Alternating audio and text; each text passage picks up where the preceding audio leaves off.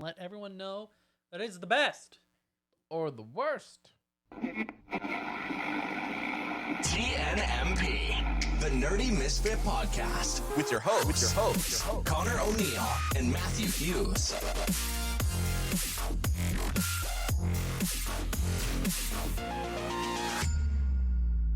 What is up, Matthew? Not much, Connor. How are you doing? I'm doing good. Nice Friday. Classic recording day. Classic As you can tell, recording night indeed. we're always doing really awesome stuff on Friday night. Partying it up every Friday night.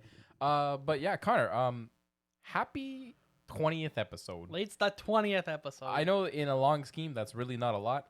But for everyone that's listening that thought we wouldn't get past like episode 5 or 6. Even that, yeah. And not only did we pass that, we have done it consistently every week. We have yet to miss a Wednesday. With some extras. Also true. Yeah, we had one special as well. So, yeah, I think we're killing it. I think we're doing great. So, to all the listeners out there, thank you so much for listening along the journey and everything so far. Happy episode 20. Technically, with the special and stuff, we're past 20. But in our Wednesday episodes, in our canon, our canonized episodes, happy 20th episode. Happy Wednesday to the audience. And yeah, Carter, looking back, do you have like a favorite moment or like a favorite episode overall so far? a favorite episode. Yeah, of the podcast, of course. It's got to be the Pokemon typing episode. That was The an hour episode, an hour and a half long of recording that will never be released. That's my favorite. Your favorite episode. For those who don't know, we had Gray feature an episode that didn't get released, and we spent an hour and a half going through our favorite types. Matt's not upset about it. If you guys didn't know, Matt is the one that has to go through the episodes afterwards and edits them and make sure there's no, issues or anything and puts them up for us. And then I'll make sure they get uploaded and released on time. But Matt's the hard worker. He's the one that has to listen to it again, has to listen to us talk. It's a teamwork effort, But he, I don't think he was looking forward to going through that episode. No, I really did not. I was like an hour and a half. That was also in the old setup. Yep. So there would have been a lot more needed cuts in the audio agree. for sure. That's something as well. We've come a long way. Even with 20 episodes, our audio quality has enhanced a lot. Absolutely. As Yep. well. We have bumped in quality. I like the change. As do I. If you guys go back and even just listen to episode like 2, 3, and then come back, it is night and day. Honestly. Not that we were using anything bad before, but feels better now. I agree. Personally, I think to pick a favorite episode is hard for me because the thing is, with me listening to all the episodes, there's definitely moments and stuff that I'm like, oh, even recording, like at the end of it, I'll be like, yeah, it's the best episode yet. But I think a moment that comes to mind is definitely the first time we did a cold open in the edits. And it's just the episode we featured Tim, and he just starts talking about like the Titanic panic. Yeah, that was that was the most perfect time for us to start with cold opens. Just perfect. And then Matt, it's like one of those things where like now you've tasted the sweetness of like that perfect one. Now you're always searching for it. And sometimes Matt, he'll message me and he'll be like, "Oh man, it's really hard." It is though. Sometimes you just can't find the best audio bit to just drag the people into the episode. You know what I mean? Absolutely, absolutely. And in celebration of our 20th episode, we've got a cocktail today. We are drinking a Jungle Bird, a rum-based drink. What's all in it? What are we drinking? It's rum, Campari, lime juice, and pineapple juice, and some simple syrup. Which, to be fair to everyone Shaken. listening, we drink a lot. Wait a second. Wait, do we have a beverage when we record most episodes, and sometimes it's caffeine based. Yep. Sometimes it's coffee, sometimes it's tea, sometimes it's just water, soda, sometimes it's alcoholic beverages. And why not have an alcoholic beverage to celebrate episode 20? And in my opinion, this is one of the best drinks Connor's made so far, because Connor's the person that makes the drinks. Yes, I am the one who makes the drinks. Sometimes you can tell by Matt's. It's funny because the drinks Matt likes, he drinks normally. And the drinks Matt doesn't like, it's not like he doesn't drink it, he chugs it. He like finishes it. It's like he wants to get it over with as fast as possible. We had one episode where we didn't mention it, but he had a Negroni, which is a drink with Campari. And if you don't know, Campari is it's like a bitter, very bitter alcohol. And didn't have enough sweetness for the boy. So he suffered through it. But it was actually Gray's idea that for future eps, we'll mention if we are having a specialty drink of some sort, whether that be a latte of some sort or alcoholic beverage, some type of mixture of some sort. Why not, right? We'll let you guys know. Let you know what we're sipping on. Maybe you're relaxing, having a night, just listening to the podcast, and you want to make yourself a cocktail and drink along with us as we record. So Connor, going through some of the past episodes and stuff like that, like realizing what we've talked about over the couple last 20 episodes, 19 episodes technically, I got some questions for you. The Matthew has some questions. Thank you for listening, listener. Yes, go Matt. Ask away. I am the first listener, for the record. From Ontario. But I am the first listener because I have to listen to it to edit it. That's true. So I am the first listener. And question number 1. Are you still on the Criminal Minds kick? Are you still watching Criminal Minds? Nope. No? Nope. How far did you get? I got up to season 7. Okay. And I stopped watching, and I switched to Bones. Switched to Bones? Whereabouts are you in Bones now? I'm done. How many seasons was it? Bones is 9 seasons, I think. I think it was 9 seasons, something around there. Now, is Bones your favorite crime inspired show? I don't know if I would say my favorite. I like that Bones is a lot more focused on the characters. Criminal Minds is a lot more focused on just the straight up villain or serial killer or whatever evil person. Okay. It's not as focused on the people, and I think that's what I like more about Bones. Bones is actually, I forget what, if you look it up, it's labeled as a comedy as well. Do you find it to be a comedy at all? I mean, obviously there's comedic moments in the writing, but it's I don't know if I can go that far. But yeah, it was enjoyable. Right now I'm watching New Girl. Nice. My first time watching New Girl, which is, I went from one Deschanel and Bones to another Deschanel, her sister. That's fair. Have you ever watched Brooklyn Nine-Nine? Are you a fan of Brooklyn Nine-Nine at all? Yep, I've seen Brooklyn Nine-Nine. Fantastic show. So, slight spoiler alert, there is a crossover episode. I am aware. I think they cross over in both, though. Yep, she was in Brooklyn Nine-Nine. Okay, I thought so. But yeah, so far I'm liking it. Some of the characters were at first, but they're growing on me now for sure. I'm on just finished season 2, so I'm on season 3. So okay, it's shorter. I think it's only 6 seasons, something like that. I think so, yeah. But I've been enjoying it. Brooklyn Nine. I personally, the reason why I bring up Brooklyn Nine is I finished it yesterday. Oh, you finished Brooklyn? Yeah, I've watched the first 5 seasons a few times, and I've seen clips from the later seasons, but I've never watched it finally to the finale of it. And I don't know if you finished it or not, but the series finale is perfect. I think it's got to be for a sitcom. It's a pretty great ending. I agree. You see characters that were brought in throughout the series and stuff like that, and you have the running gag of the heist, and there's a happy ending for everyone. Yeah, and it's a nice ribbon. Exactly. To the end of the story. Just a cherry on top. Absolutely. You don't go out of that finale being oh, okay. Yeah, no. Brooklyn Nine-Nine is definitely, it's got to be up there for one of my favorites. I also am a huge fan of How I Met Your Mother as well, which I did recently watch as well. We've mentioned that in the past as well. But yeah, working through New Girl. I have been very slowly watching a Criminal Minds episode every now and then. Okay. One of my favorite podcasts started back up, which is the Steve Dangle podcast. It's a hockey podcast. Okay. But ironically, it's Leafs fans, so they do a lot of Leafs content, but they do talk about overall a lot of mostly NHL stuff. Mm-hmm. It's not. There's segments about the Leafs when the hockey's going on, and I'm not a Leafs fan personally, but I love the host. It's Adam Wilde, who's a radio host here for 99.9. Yes, Adam Wilde, fun fact, is he's always on the radio at 8 a.m. and Monday to Thursday, usually when I have to go to work, I usually have to be at work for 8:30. I listen to 99.9, has the best radio segment. It's him and the other 2 talk show hosts. I'm blanking on their names right now. Are you talking about the one they do a segment where they it's someone who it's the Ghosted segment. Yeah, the Ghosted segment. I listen to that every week. Some of them are so cringe. Some of them are so cringe. Some of them are oh, that's sweet. Others are I understand why you were ghosted. or like vice versa. Like, I understand why this person stopped talking to you. You're Absolutely. crazy. But I love how like the hosts will just like jump right in and be like, oh yeah, you totally showed him, like very sarcastically, and just. Have you ever seen the video format of that? Because No. they usually post it on Twitter, and you can see them in studio as they react to it. But yeah, so Adam Wild's one of the hosts of that podcast. Okay. Steve Dangle of the Steve Dangle podcast is obviously the main host. And then they have Jesse Blake, and those three, they just talk hockey. They'll talk sometimes, maybe hit on other sports.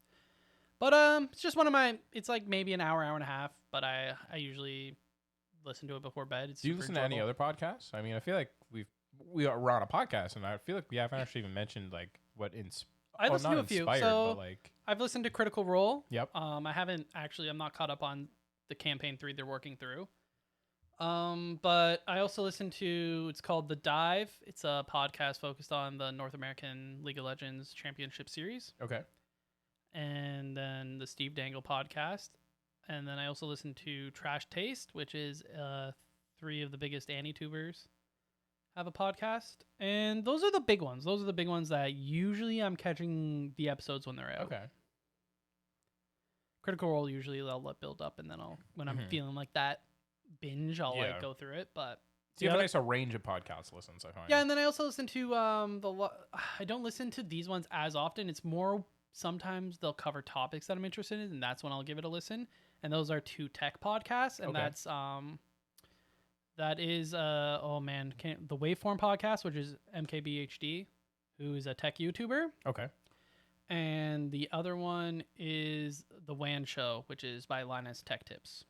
So those ones I'll check in and see what topics were they covered for their podcast, and if it's like something I'm interested in, then I'll watch it. Okay. But those ones I don't catch every week.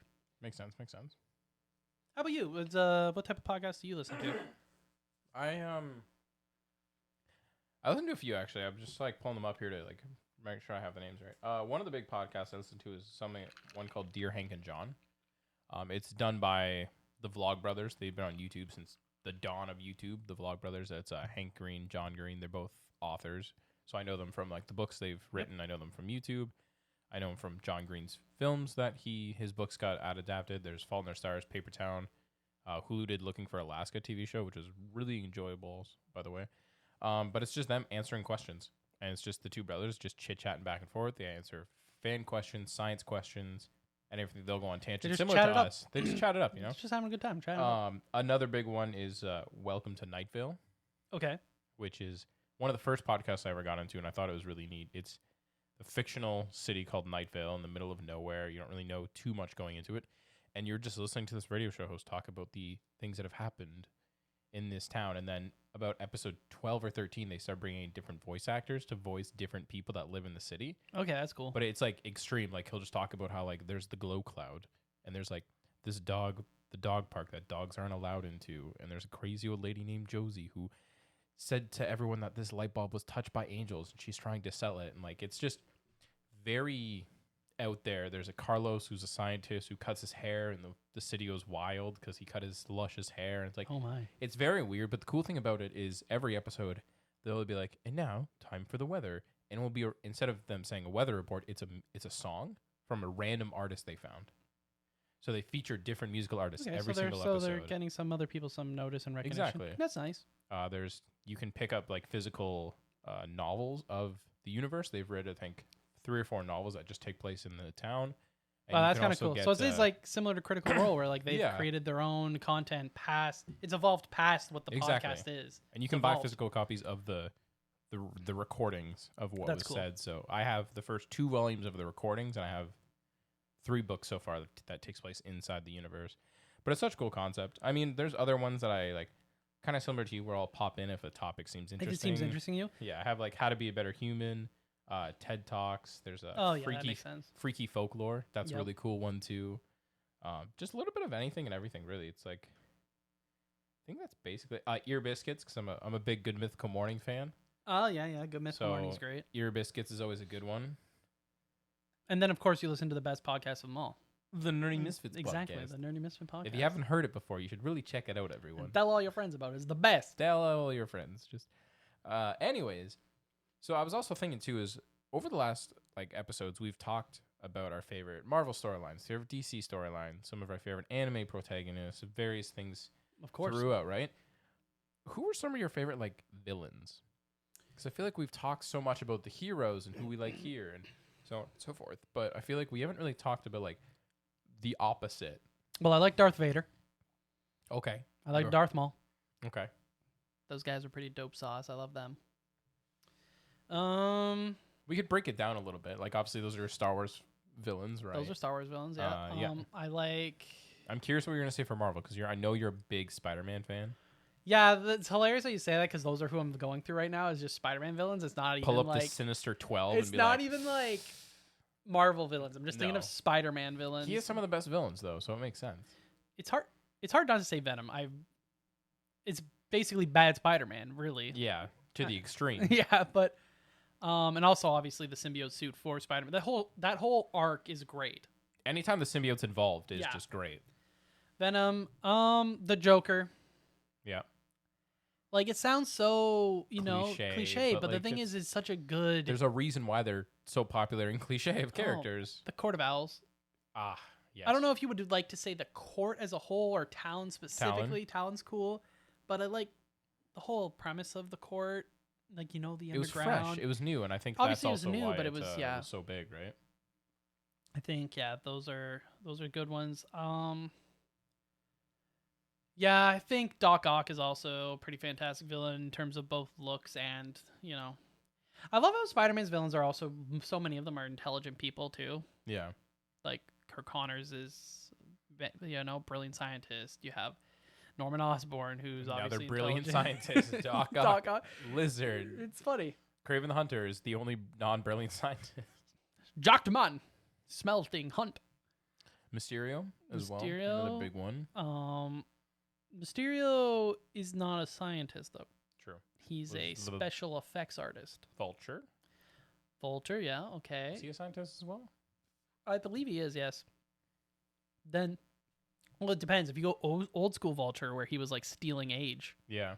like getting youth back, then yeah, That's for true. sure. And then Morbius is also a scientist, a student, but Still. yeah, he's an intelligent person. So yeah, like he's not facing stupid people, Yeah, even though exactly. sometimes he makes them look stupid, but Yeah. they're not stupid, That's true. But it's funny because like I'm not a big fan of any of the Avengers. Maybe Doctor Doom. Yeah, I was gonna say Doctor Doom's but a big he's one, like but it's and he's such a also- classic. He's like when you think of a villain, that's Yeah. that's one of the people you think of, right? Let's think. Like when I think of like Marvel villains, like outside of the MCU, I really don't think of Loki. I don't think of Red Skull. Yeah, I don't think of Red Skull. I don't even think of Thanos. No. I don't. Even Galactus, like No, I don't think of those don't really big pop guys. those- I think like for me, especially coming from cartoons and comics and growing up, Doctor Doom's like my go-to like Avengers villain. Yeah. And I realize he's originally a Fantastic He's primarily a Fantastic Four villain, but he's evolved to so much more Four. than that. And Magneto. I think Magneto is great. Yes. Magneto's Magneto's definitely one of my Magneto. He is really an anti-hero. He started off as a villain and then he developed properly into an anti-hero. Yeah, it's hard to say because he has values. Yeah. That aren't necessarily evil. They're just slightly twisted. Yeah, it's just he is looking out for the best, like for mutants. He's looking out for mutants. He doesn't care what the cost is because he's trying to protect mutants. And the fact of the matter is, mutants are looked down upon, they're abused, they're bullied, etc., etc. And he wants to change that. Exactly. So, is he technically bad for doing that? Maybe the ways he's doing it, but the core he thinks and what he's doing is technically not wrong. yeah, exactly. So, and it's insanely powerful mutant. Mm-hmm. What a power! Insane. Magnetism is just Makes Wolverine look like a chump. he sure do. He sure do. He should do all the time. How about you? How are some of your favorite villains? It's hard. Venom is definitely one of my favorites. Like I enjoy the symbiotes. I love anything when it comes to symbiotes. So that's always a big one for me. Again, Darth Maul. Yeah, Darth Maul's great. It's As a kid, when you watch the movie as a kid, insane. dual lightsaber. What could be better than that? Nothing. Edgy, horned-looking guy. Who makes his return all the time in the show. What a fantastic guy. For DC, I probably Atrocitus. Like, leader of the Red Lantern. You know what's funny is Darkseid, I guess you can say, is like a close comparison to Thanos in terms of, like, you know, their... Yeah. But I think Darkseid is more interesting. I do agree. Like, and the his whole power... new gods and like, he has a power... Like, he has, like, the Omega Beam or whatever the freak it's called. It's, like, actually, like, a power. Like, Thanos' power is he's strong and he gets the... Infinity Gauntlet. He gets the Infinity Gauntlet with the gem. Like he's not real. That's not really his power. Anyone can have those Infinity Stones. I think with Thanos, his is also more about the character himself being in love with the concept of death. Yeah, killing everyone for death, being jealous of Deadpool. His character story is interesting. Yeah, but I think I like the look of Darkseid and some of his abilities more. That makes sense. But I wouldn't say he's one of my favorite. Yeah. I think Reverse Flash is decent. Reverse Flash is up there for me, I think, because his character is just so messed up. Because you look at the Flash and it's just like, oh, this guy has super speed, whatever. He's super nice guy. Like Barry Allen, Wally West, they're both good characters. Like, but then you go to like Reverse Flash and you're like, wow, you're a messed up human being. Yeah. I want to say Hush too. Hush, yep. That's it's another. At the time, the design of Hush is really good. Design and the way he went about things when he's through the Hush storyline is like, you're like, whoa. This Batman villain isn't messing around. No, sir. And what about, like, you're a huge Green Lantern fan, so, like, does Sinestro, you know, the classic kind of, like, Hal Jordan, like, he doesn't do it for you? No, not in, like, my top villains. Like, he's a good villain, don't get me wrong, but in the grand scheme of the Lanterns, I would definitely put, like, Atrocitus is up there for sure. Relic, he was a character introduced in New 52, but he wasn't, like, he falls into that category of Magneto where, like, his whole world had the Lightsmiths, which is what his equivalent was to the Lanterns, and they used all of the emotional spectrum and literally destroyed his universe, created a black hole, and that's how we got into the main continuity. And he wanted to stop that from happening. Did he blow up and kill the entirety of the Blue Lantern Corps except for one? Yes. Yikes. Yeah. Black Hand. He's a pretty good. Oh yeah, Black Hand. He's a good Lantern villain. But definitely of the Lanterns, I would definitely have to put Atrocitus up there. That's fair. Because his design is cool. Like the whole premise of the Red Lantern is cool. Because he didn't want too many. He wanted just a small group. Larfleeze. Dang, greedy boy. He's up there. Greedy boy. Greedy boy. It was good. Greedy boy. There's a fun story. I don't know if you've read this or any of the viewers. If you haven't read this, I do. And it's sad, but it's a cute story. And it's Larfleeze hears about something called Christmas on Earth, and he's in search of Santa. And it's just a wholesome story of Hal Jordan explaining to Larfleeze what the spirit of Christmas was. He's not a fan of it. He was okay with it, but it was just a cute story. Would have been funny because Larfleeze could make a good Grinch. He would be beautiful for it in a weird way. And then they can teach him how to share. Exactly. Other Marvel villains, probably Onslaught. Hit the Whoville song. Play it up. Sorry. Yeah, no, Onslaught, another big one. The consciousness of Charles Xavier and Magneto put into one. It's like a buffed up Magneto suit. Yeah. Almost unstoppable. That is some bonkers powers. Apocalypse. I'm just naming like evil mutants at this point, but some of them, they're just really good. Like the whole Apocalypse and like his 4 horsemen, like that. Apocalypse, realistically, bad enough villain that he could be an Avengers villain. Literally, though. For real. Like, that guy is... OP.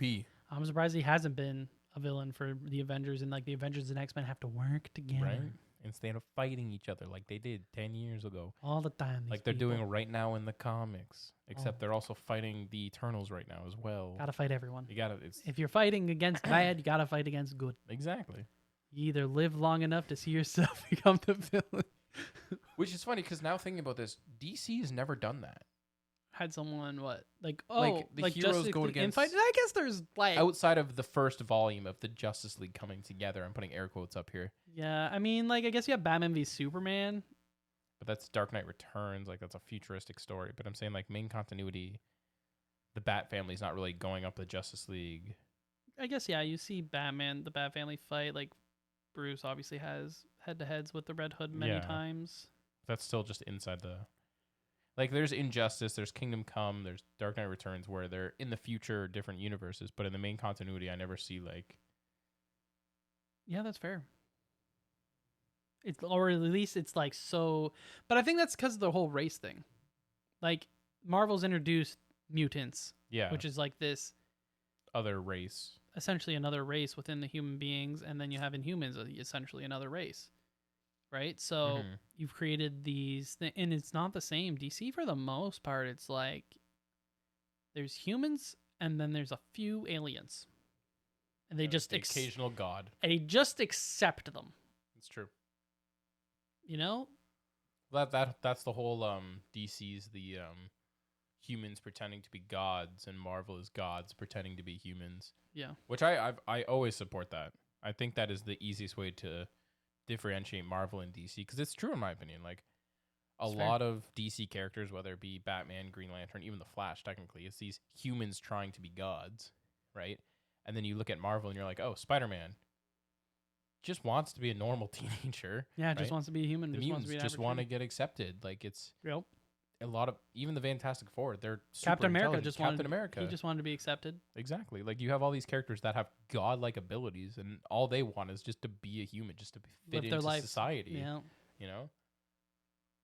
And unfortunately, it's just never the case for them. Never going to be the case. Never will be. Sorry, Marvel characters. Sorry, Spider-Man. Especially you, Spider-Man. Sorry, Spider-Man. I know Doc Ock tried to help you there one day and just... Matt and I have been slowly watching some of the 90s Spider-Man. We have, so that's why I've been talking about Spider-Man a little bit more in the episodes recently. It's both good and bad. I'm realizing some parts are bad. The unnecessary, like, CGI that's just put in there like, for no reason. Old CGI, and it's bad. It's not good. Also, some of the facial expressions are bad. But I love the quips. I love me the quips. That's true. The Spider-Man quips are, oh man, he's so good. And just the push for character development within the first, like, few episodes, too. Yeah, and you get introduced to a lot of characters, and, like, obviously the opening is great, and we get to look forward to seeing a lot of villains jam-packed into it. I think after that we'll watch the X-Men. Yes. And then we'll watch the Iron Man one after, maybe. Yeah, I said maybe. See, you want to see Spade CGI? I'll show you. We'll see if the X-Men... there was, like, some weird thing about some of the X-Men episodes got taken off or something. Really? Yeah. So, I mean, I have it all on DVD. So if there's, like, we'll chunk that's missing, we can definitely all just bring the DVDs. We'll slowly work through it. Another one. Actually, since this is the 20th episode, I think this is a good time. So, our good friend Matthew has finally returned my Tokyo Ghoul and Tokyo Ghoul-Re, which means he has completed it, which means he's on to his next big stories. So, he's borrowing Demon Slayer. Demon Slayer is my next... And he's going to also slowly work through Jujutsu Kaisen I think so, as his online read. I don't know about if I'm going to do online read for Jujutsu Kaisen. I think I'm going to do through My Hero Academia first. That's fair. I know that's a bigger chunk.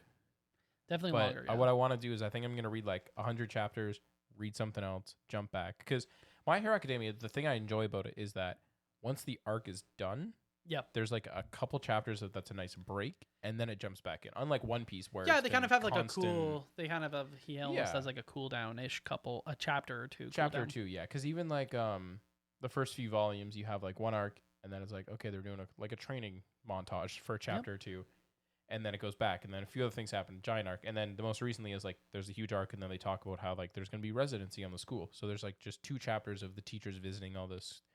The houses to where the kids like where they live and stuff, and that's where I kind of stopped. That's that fair. Was like chapter 100, I think. So it worked. Somewhere around there. And then for me, Matt gave me House of X, Power of X. Yes. So that is, I think it's 12 issues in total, and I'm very curious on your opinion because I know you're an X-Men fan by association because you're friends with me. Yeah, I hear about the X-Men all the time. I like the movies growing up. Yeah, the movies are fun, honestly. But I'm very curious on your opinion because this is it's a convoluted story. It is the beginning. I'm ready to read it twice. Exactly. You're going to have to. It's the beginning of a new X-Men era inside the comics. Fair enough. We're starting anew.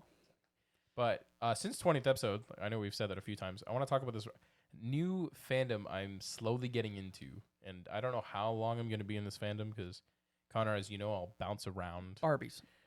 No. Oh. Not even close. Bionicles. I wish.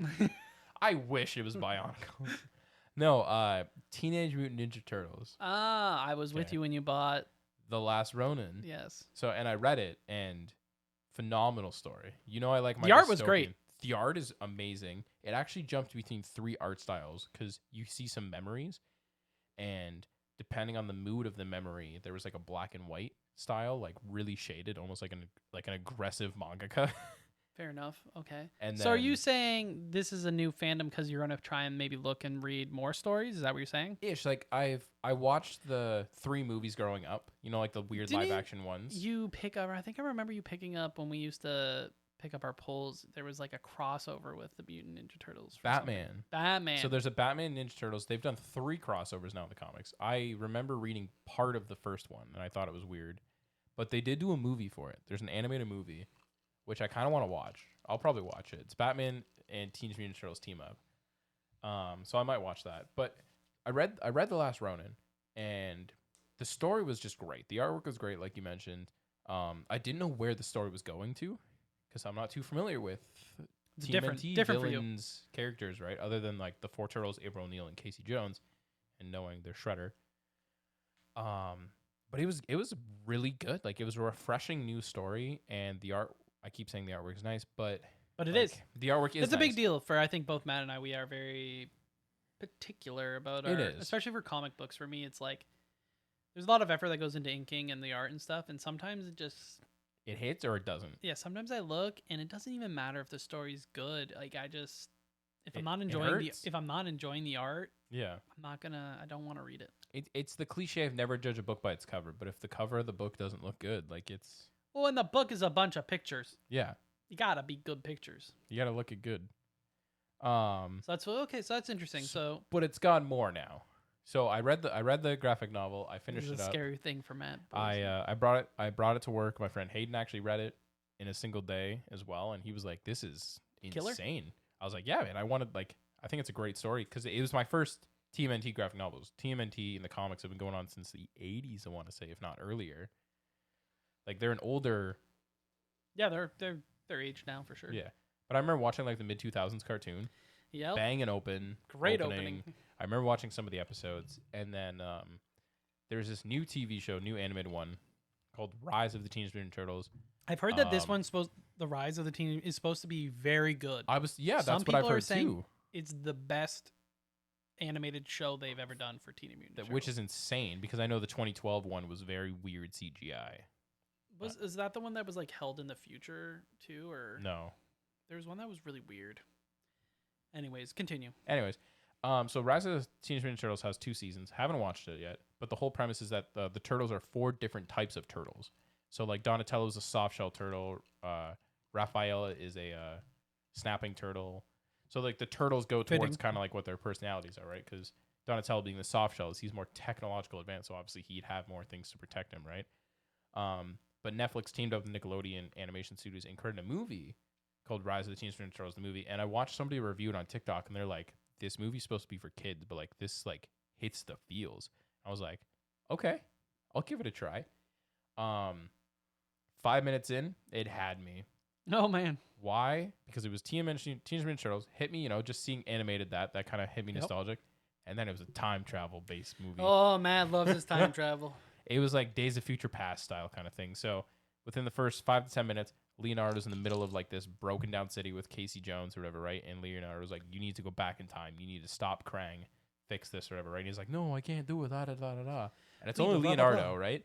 And he's just trying to beat down these robots. And then Michelangelo shows up as like a mage, like a Zen master mage. He's like there sitting, like he's in the sky with his legs crossed, and he creates like this weird like portal thing. And I was like, it's Doctor Strange. What is happening right now? And why is Michelangelo so like calm and cool, calm, collective, right? And I was like, okay. So they create the portal. Casey Jones goes back in time, and I was like, yep, this is it. My only thing that's weird to me is that April O'Neil is like a 12-year-old, 14-year-old kid in this continuity. So she's not like the news reporter. So it's a different take on the character. Yeah. Yeah. And then Splinter is like this little chubby gray rat, and it's kind of funny. Why not? Because why not? Why not? But the animation is different. I'm not too familiar with this like Nickelodeon animation. I think that that's a good jumping point. Speaking of Nickelodeon, that we, the Nerdy Misfits community, pushes you to finally watch Avatar: The Last Airbender. You know what? It's the 20th episode, so I think, you know what? We'll give it 10 weeks. 30th episode. You'll be done it. That will be it.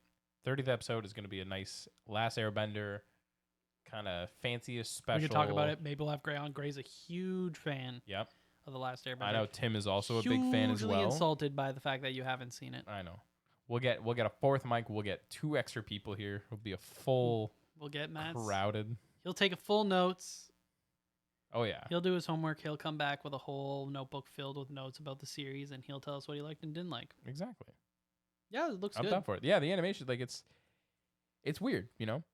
But, like, not a bad weird, but you can see how, like, big Raphael is in comparison to the rest. Yeah, I like the idea of them being different turtles, like, and it's, like, kind of fitting to their personality. Like, Raphael being a snapping turtle, because obviously he has, like, he's the first to react, or he lets his temper get the best of him. I like it. I think it's good. I think it's a different style. Oh my gosh. Speaking of fandoms, something we actually have never covered or talked about before, but is recently aired is the new Lord of the Rings show. Mm-hmm. Are you a big Lord of the Rings fan? Honestly, it's one of the ones I cannot get into. Really, eh? I've seen the films. Well, I've seen the 3 Hobbit films. Every time I've tried to watch The Lord of the Rings, I fall asleep during them. I think I've tried to watch them so many times that I have watched them all, just never in one go, if that makes sense. Like, if you take all the pieces of Lord of the Rings that I've seen awake from all the different times I've watched it, I've probably seen the whole movies. Okay. I have read the books. You have. I've read The Hobbit and the I'm book. Impressed. I read it for school. Tried to. I thought the book was easier than the movie because the movies are so long. That's not even including the extended cut. Oh, my friend is a huge Lord of the Rings fan. Loves the extended cuts. And yeah, the book is easier. I'm a big movie fan. Don't get me wrong, but Lord of the Rings, like, don't get me wrong, Beautiful. Peter Jackson, phenomenally Beautiful. did it amazing, right? It feels so slow. Yeah. Beautiful, but slow. Like, I can respect that though. And I like Game of Thrones. I like, the kind of style of the, magic and the mythos, but I don't know. It's just one of those ones that I've not for a lack of trying or want, but just couldn't get into it. Couldn't get into it as much. And I've watched the first episode of the new show and same thing, eh? Just felt a little slow. Okay. I do have to agree with Lord of the Rings. I've watched the 3 films. I have not seen the Hobbit trilogy. Why is the Hobbit a trilogy, by the way? I don't know. That is something that bugs me. We'll get into that in a second. That's a whole book reading issue I have. But no, I think Lord of the Rings is amazing. I think it definitely has revolutionized the film industry. Some of the best character development, but it does take a little bit to get into because it's a heroic journey spread across 7.5 hours. Yeah. And you have to keep in mind, they cut things out of the book too. Yeah, I know, it's crazy. But the books are, I've tried to get into the books, but it is a lengthy. It is convenient that it is a book broken into 3 parts. Yes. Because that would be a scary book. If you were just be like, read this. Read this chunk. But when you read it one part at a time, it's digestible. It's a little bit more digestible. Yeah. And they're not ridiculously long. No, they're really not. Like, reading the Song of Ice and Fire, I feel like is a much scarier task. And George R.R. Martin can be very, very, very, very, very detailed about some of the most random things. So unrelated, I need to show you a video after. It's an interview with Stephen King and George R.R. Martin. I've seen so funny. Is it the one where George R.R. Martin asks Stephen King how he's able to write so fast, and he's like, "I lock myself in my room, and he writes 6 pages a day. If I can't write this, I'm not leaving." And he just laughs. He's like, sometimes it takes me 6 months to write a page. Yeah, I've seen that this one. This is yeah. like people like. It's amazing because they're big fans of each other's works. Yeah. Which Is maybe actually George R. R. Martin should stop reading other people's works and start working on his own. Exactly. Stephen King actually, he just recently came out with a book. It's a fantasy book. Yeah, we saw it. We went to chapters the other day. I was thinking about picking it up, but I don't know. I haven't read a Stephen King book in the last few years of his new stuff. So I'm assuming his style obviously keeps up because it's Stephen King. Yeah, and he's how old now? So I'm sure it falls in line. Yeah, exactly. But going back to the whole Hobbit thing, put into 3 movies. My biggest pet peeve with being a book reader, a film connoisseur person that enjoys films and books, it is frustrating when they're like, here's the Hobbit book, single book, 3 movies. I know we've talked about this on an older episode, but Lemony Snicket's first 3 books, 1 movie. Percy Jackson, 5 books, make it into a trilogy, cancel it after the second one. The third Divergent book, we'll split it into 2. We're going to cancel the film series, not even make the 4th film to finish up the series. Series of Unfortunate Events. Series of Unfortunate Events, same thing, yeah. Hunger Games. They had a crazy budget for the Hobbit, though. Did. Hobbit, yes, they have the crazy budget because they'll just give Peter Jackson however much money they want. But it is insane to me that they made 3 long, full feature films for the Hobbit. Single book. Yes, exactly. That's taking the part 1, part 2, part to the extreme. Exactly. I'm trying to think of other book adaptations. Like The Maze Runner, I was surprised that they didn't do a part 1, part 2, just because that just fit the budget. Yeah, like that style of the last book, 2 movies. Why not? It's the finale. We got Twilight. That was another one they did too. Part 1, Dawn, part 1 too. Yeah. You gotta squeeze out all the money. Who started that? Was it Harry Potter? I want to say it was Harry Potter. Or maybe it wasn't the first, but they definitely popularized it. Well, Harry Potter was the beginning of the popularity of young adult books becoming movie adaptations. Because you had Harry Potter hit first, then you had Twilight, then Hunger Games, then Divergent.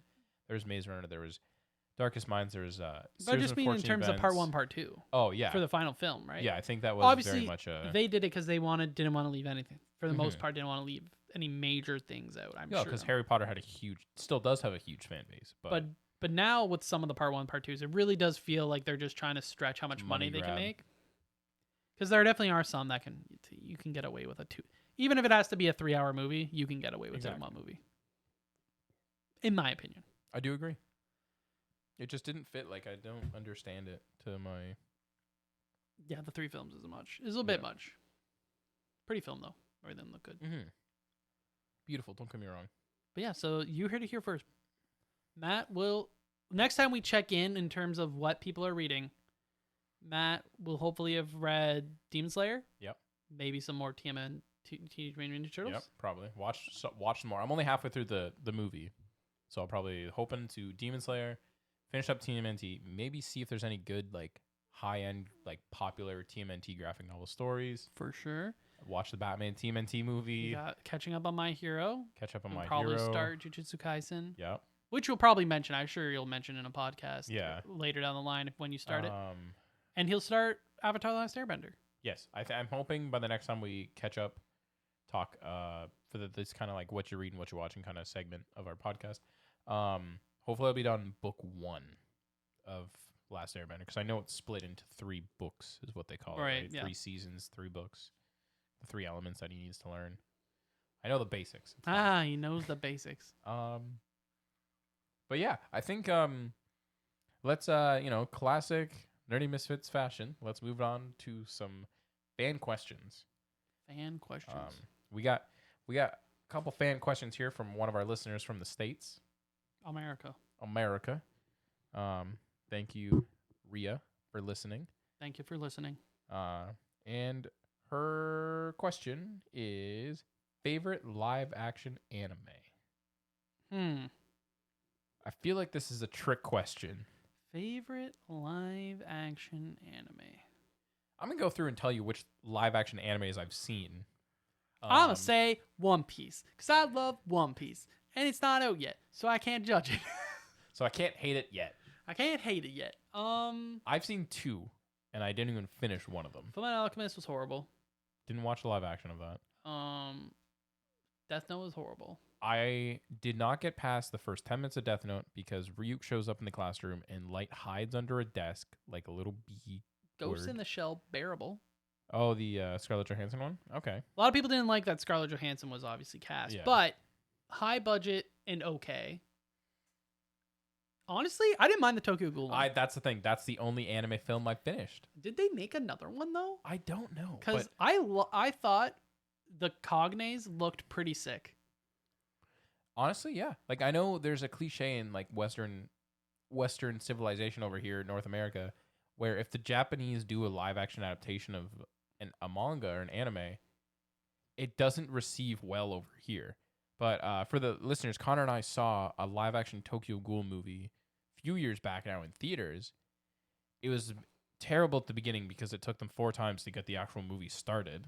Yeah, that's not the movie. No, but it was just funny to the story. But I thought it was decently well. Like the special effects were pretty good. Yeah, usually the special effects are pretty bad. That's the main thing. And it's funny that you say that, but then it's like Hollywood has had their chance at anime films now, and they're all bad. Attack on Titan was horrible for also for Japan. They made a couple. They did a Promised Neverland movie live action, and I'm scared. Yeah. I don't ever want to. I don't even know what the demons look like. I know they did Assassination Classroom, and that also just looked terrifying. Yeah, Sensei looks very spooky. Scary is the polite word. Yeah, I'm gonna go with Tokyo Ghoul. I think that's the only one I finished. I can, you know what? It was good adaptation. You know what I would also say it's my favorite is because I actually wouldn't have mind watching a second, like the next part. I don't know if they ever did. Me neither. This just in, after my 5 seconds of Googling, they did do a sequel to the Japanese Tokyo Ghoul. It's called Tokyo Ghoul S. We'll have to check it out. If we can find this somewhere, we'll watch it and let everyone know that it's the best. Or the worst. Yeah, that's probably accurate. Yeah. Yeah, that's my answer. Tokyo Ghoul. Because the special effects were solid, the acting wasn't horrible. Obviously, it was gloomy, but that's just Tokyo Ghoul. The way they did it, it fit. It's fitting. It's dark. It's not like the anime wasn't dark either. You know, it was too dark. The style of Tokyo Ghoul in some of the fights. Yeah, that's true. It was super hard to follow, in my opinion. What do you got, Matt? Another question? Yeah, let's go for one more question from Rhea from the United States of America.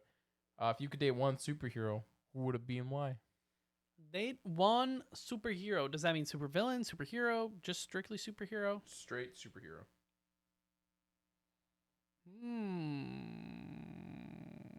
Superhero. One Punch. One Punch. That's one superhero. Woman. Superwoman? I would say either Batgirl or Zatanna. Which Batgirl? Barbara Gordon. Barbara Gordon. Classic. Easy peasy. One of those two. Yeah. How about you? How about you, Matthew? Ghost Spider. The Ghost Spider. So just Gwen. Spider just Gwen Stacy. Yeah. But as a superhero, so it counts. Did you like the style for Gwen Stacy in the anime? The animated movie of the Spider-Verse? I didn't mind the costume. That's not what I asked. I meant Gwen Stacy. She was okay. Okay. She was okay. All right. That's not what I'm going based off of. Okay? Oh, what are you basing it off of then? I'm basing off of the character that I know from the comics, a little bit of Emma Stone. Okay. You know? Okay. So you're basing it off of Emma Stone is Gwen Stacy, and then you're just putting the Spider-Gwen outfit on her. Yeah, pretty much. I see. Okay, that's fair. We could up this question a little bit more, though. Like, what about just like, let's twist this a little bit, because we don't really talk about Disney too much. Disney princess. Favorite Disney princess? That you would date. Oh, date. Harder. More difficult. I'm tossed between two personally, but I would say either Ariel. Okay. Mermaid seems cool. Pinky.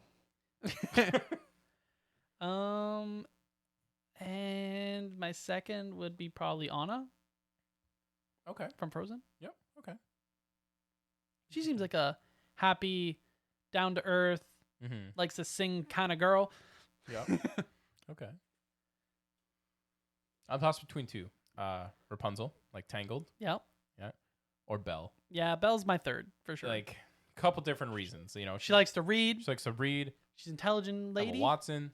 Emma Watson. Okay, that's fair. So you're almost cheating, really, because Why you're am I cheating? You're taking real people who we have in the world that have acted. Okay, and we'll played take the Emma role Stone of out of it. If like Belle. No, you already cheated. You've already cheated. There's no live action Rapunzel. Yeah, but you've already cheated on two of them. You've already proved Rapunzel. Final You've already answer. proved what you've done. Rapunzel. Okay, I'll go with. Oh, it's tough. Mermaid or do I Sister get to the Snow Queen? Do I get mermaid when she turns into a human, or do I have to date the mermaid? I feel like there's a weird version that you just want to be Spider-Man because the voice actor from The Little Mermaid, Prince Eric, also voiced Spider-Man in the 90s. Yeah, so I was trying to find a cheat, you know? Cheating my way into being Spider-Man. Exactly. I'll go Anna. Anna? Solid choice. Yeah. Anna's cute. I like the cold. That's right. I live in a cold area. Welcome to Canada. But yeah, this has been the 20th episode. Happy guys. 20 episode, Connor. Many more to come, Matthew. Many more to come, indeed. Maybe we'll think about taking a break, but we probably won't. I think we're just going to keep going. Yeah, we might take a break in terms of time for us. But you guys won't know. You'll never know. I want to go a full year straight. We're doing 52 episodes 52 episodes in a row. And then we'll take a 1 week break. Maybe, yeah. Time skip. Time skip it. Yes. Time skip. We'll But update it, you know. maybe we'll have... Okay, this is interesting. For episode 53, after we've done 52 straight episodes, let's have... Maybe we have someone or two people host the show without us. Ooh. Like a special. Like, you know, like how on late night TV, they have like hosts come in? We take a week off, and it's just Gray and Tim. Yeah, something like that. Gray, Tim, some other people, whatever. Whoever we've had, you know, we don't want to throw complete strangers on here. We want to get you guys familiar with but that could be an idea. That'd be I mean, super we fun, got some episodes. We got 33 episodes. 33 episodes to go. figure this out. So, anyways, guys, thanks for coming along this journey with us so far for 20 episodes straight. We're hoping that by the end of September 2022 here, that we're going to have some more social media output other than just the Instagram and Twitter. So stay tuned there. We'll probably talk about an upcoming episode. Yeah, keep your eye out for the red play button logo. Exactly. That's our hint. I mean, if That's you our don't know what hint. that is off of that, then... Exactly. And make sure you always keep up to date on social media when it comes to the Instagram and the Twitter. We're throwing up weekly posts about the Instagram to kind of give you a hint of what the episodes are going to be about, what we kind of talked about. For sure. We always do weekly questions on the Spotify. Remember to raise on the Apple Podcast. Thank you guys so much for helping us create the Misfit Island, the Nerdy Misfit grow. And, you know, tell your friends. Let's get more people to the island. Let's have, you know, let's all just have a good time. Talk about what we love. Exactly. Because who doesn't like nerdy culture? Who doesn't like nerd and geek culture? It's the best. Until next time, Connor. We're signing off. Happy episode 20, everyone. Cheers. TNMP, the Nerdy Misfit Podcast. Don't forget to join the island by dropping a follow. Thank you. And see you next week.